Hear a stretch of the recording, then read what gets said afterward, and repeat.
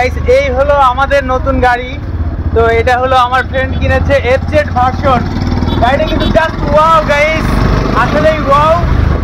তো গাড়িটার রিভিউ দেবো। এই গাড়িটা আপনারা নিতে পারেন। গাড়িটা কিন্তু রিজনেবল প্রাইস নয়, এটা কিন্তু প্রাইস অনেক বেশি, 3 লাখ টাকাই পড়বে, কাগজপত্র সহকারে 3,16,000 টাকা পড়বে। তো আমরা একটা ছোট্ট একটা রাইড দিব। তো দেখুন গাইস,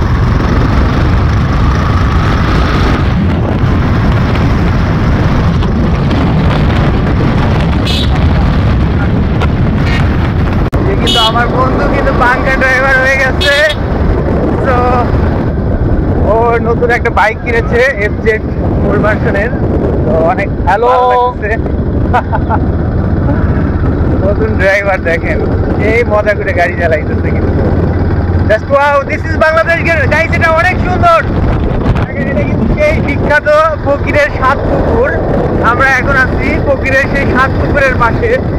এই যে দেখতে পাচ্ছেন, এই পাশটাতে হলো সেই 7টা পুকুর আছে পরপর, দিঘি আর কি বলা চলে। এক একটা পুকুর এক একটা দিঘির সমতুল্য।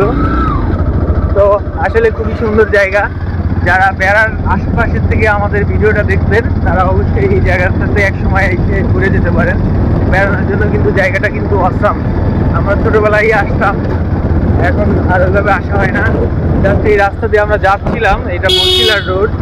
এই যে কিন্তু সেই মৎস্য খামারের গেটটা, ঢুকে আটকানো তো আটকানো খোলাই আছে, গেট খোলা।